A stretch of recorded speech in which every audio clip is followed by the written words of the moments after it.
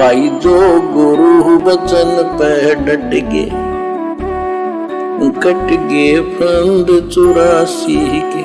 दीक्षा प्राप्ति के पश्चात परमेश्वर में कैसी आस्था होनी चाहिए?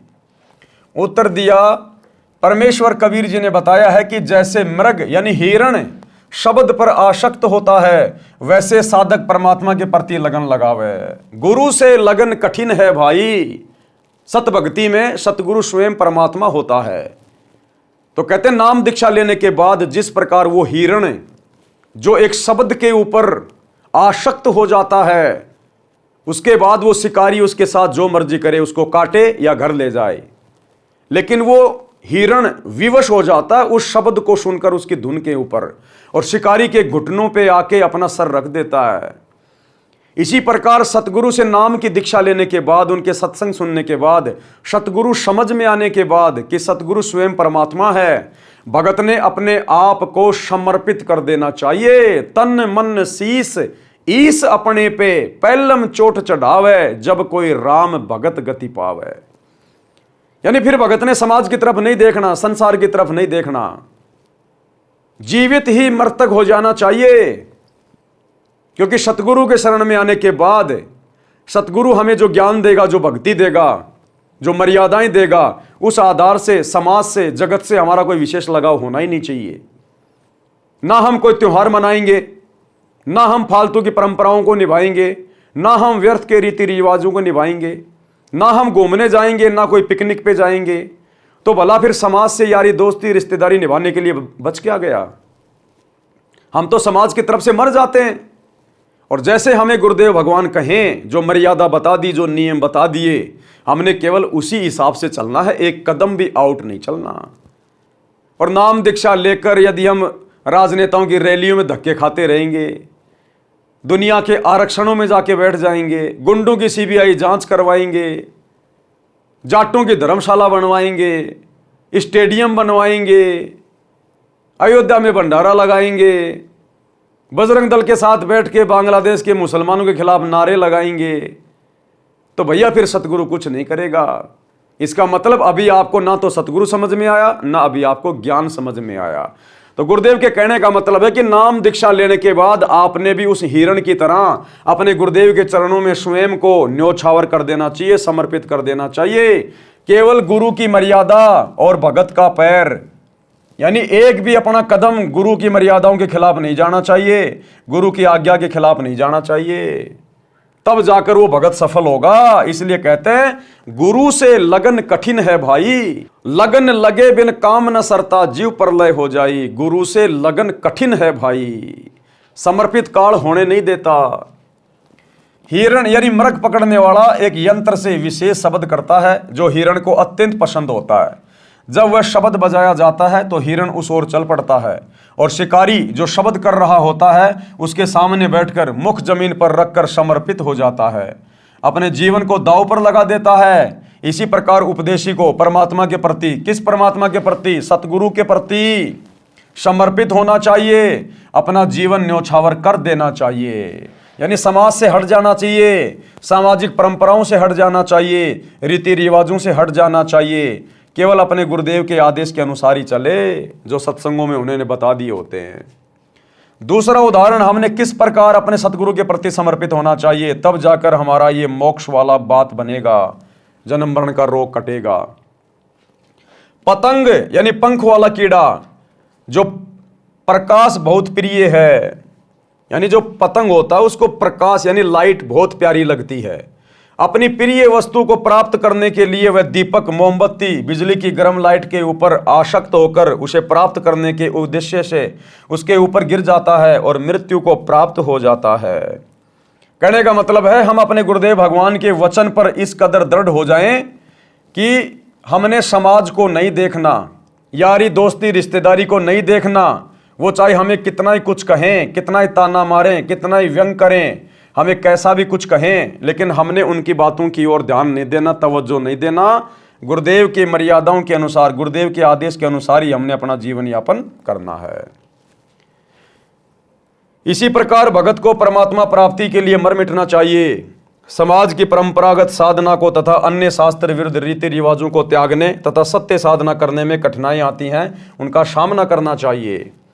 चाहे कुछ भी कुर्बानी देनी पड़े, कुछ भी कुर्बानी, जैसे मीराबाई ने कुर्बानी दी। मीराबाई ने सब कुछ छोड़ दिया अपने गुरुदेव की मर्यादाओं के लिए, भक्ति के लिए। भगत मंसूर ने शरीर का अंग अंग कटवा दिया अपने गुरुदेव की मर्यादाओं को निभाने के लिए। गुरुदेव के वचन पर मर मिटे वो, तब जाकर आज उनका दुनिया में नाम है, भक्ति इतिहास में। पीछे नहीं हटे। तीसरा उदाहरण, किस प्रकार अपने गुरुदेव पर समर्पित होना चाहिए। पुराने समय में पत्नी से पहले यदि पति की मृत्यु हो जाती थी तो पत्नी अपने पति से इतना प्रेम करती थी, वह अपने मृत पति के साथ उसी चिता में जलकर मर जाती थी। अगर भक्ति करूंगा तो केवल अपने गुरु की, अगर भक्ति करूंगा तो केवल अपने गुरु की, वरना यह शरीर छोड़ना मंजूर, लेकिन भक्ति करूंगा तो सतगुरु की। उस समय घर तथा कुल के व्यक्ति समझाते थे कि तेरे छोटे छोटे बच्चे हैं, इनका आपके बिना कौन पालन करेगा। चाचे ताऊ किसी के बच्चों को नहीं पालते। जब तक माता पिता होते हैं तब तक कुल के व्यक्ति प्यार की औपचारिकता करते हैं। वास्तव में प्रेम तो अपनों में ही होता है। आप इन छोटे छोटे बच्चों की ओर देखो, बच्चे पिता के वियोग में रो रहे होते हैं, माता का पल्लू पकड़कर रोकते हैं। उस स्त्री को उसके सोने के आभूषण भी दिखाए जाते हैं। देख इनका क्या होगा, कितने सुंदर तथा बहुमूल्य आभूषण हैं। आप अपने बच्चों में रहो, परंतु वह स्त्री प्रेम वश होकर उसी चिता में जिंदा जलकर मर जाती है। इसी प्रकार सतगुरु की शरण में आने के बाद ये काल या फिर काल प्रेरणा से अन्य समाज के लोग जो उपदेशी नहीं हैं, वो हमें कितना ही परेशान करें, कितना ही तंग करें, कितना ही लोभ लालच दें, भगत के अंदर लोभ लालच का अंश भी प्रवेश नहीं करना चाहिए। क्योंकि परमात्मा कहते हैं, कामी क्रोधी लालची इनसे भक्ति ना होय, भक्ति करे कोई सूरमा जात वर्ण कुल खोय। यानी काल हमें हर प्रकार से तोड़ने का भी प्रयास करेगा। पहले हमारे को ये गरीबी में रख के प्रयास करता है कि ये भक्ति छोड़ दे दुखी होके, फिर एक समय बाद ये हमारे को इतना धन देगा, इतना धन देगा कि हो सकता है ये धन में पागल होकर लोभ लालच में आकर भक्ति में जो है आस्था हटा ले, भक्ति में ढीला पड़ जाए। तो हमें हर प्रकार से यहाँ पर तोड़ने का प्रयास किया जाएगा और उस समय वो हमारी परीक्षा होती है। तो भगत ने ये चीजें नहीं देखनी है। जिस प्रकार वो स्त्री जो अपने पति के प्रेम में पागल होती है, वो अपने छोटे छोटे बच्चों को जो रो रहे होते हैं उनको भी नहीं देखती। सोने चांदी के उसके आभूषण उसके सामने लाए जाते हैं, इनको कौन पहनेगा, ये लाखों रुपए के आभूषण हैं। वो कुछ नहीं देखती, उसका प्रेम केवल अपने पति में, उसके ऊपर धुन सवार होती है। इसी प्रकार हमारा प्रेम अपने सतगुरुदेव भगवान में, हमारी आसक्ता अपने गुरुदेव भगवान में, हमारा समर्पण हमारे गुरुदेव भगवान में। हमने जगत भाव में नहीं चलना, अब हमने काल के जाल में नहीं फंसना। सतगुरु ने इतना ज्ञान दे दिया, इतना ज्ञान दे दिया, 4 युगों में यह ज्ञान परमेश्वर ने किसी को नहीं दिया। साहिब ने भेद दिया सब खोला अपनी सतलोक राजधानी का।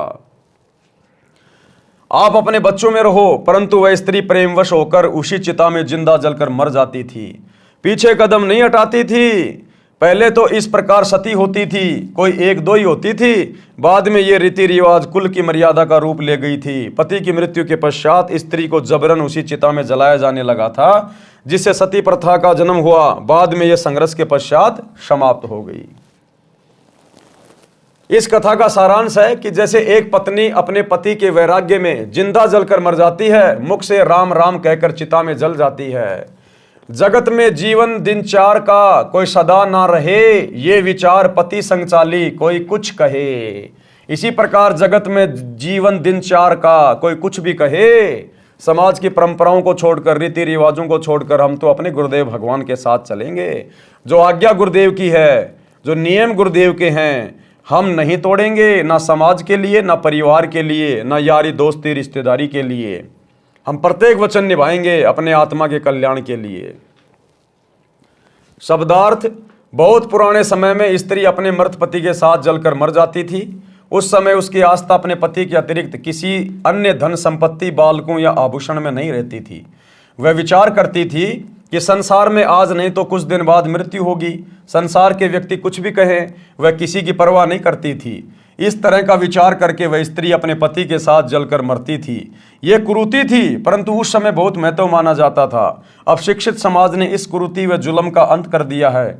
भक्ति में दृढ़ता उत्पन्न करने के लिए ये उदाहरण सटीक है कि भगत को भी, अब क्या कह रहे हैं गुरुदेव ये उदाहरण देकर, कि भगत को भी ऐसी आस्था परमात्मा प्राप्ति के लिए लगानी चाहिए, संसार के व्यक्तियों की सांसारिक बातों पर ध्यान न देकर अपने उद्देश्य की सफलता के लिए दृढ़ता से भक्ति करें, मर्यादा का पालन करें।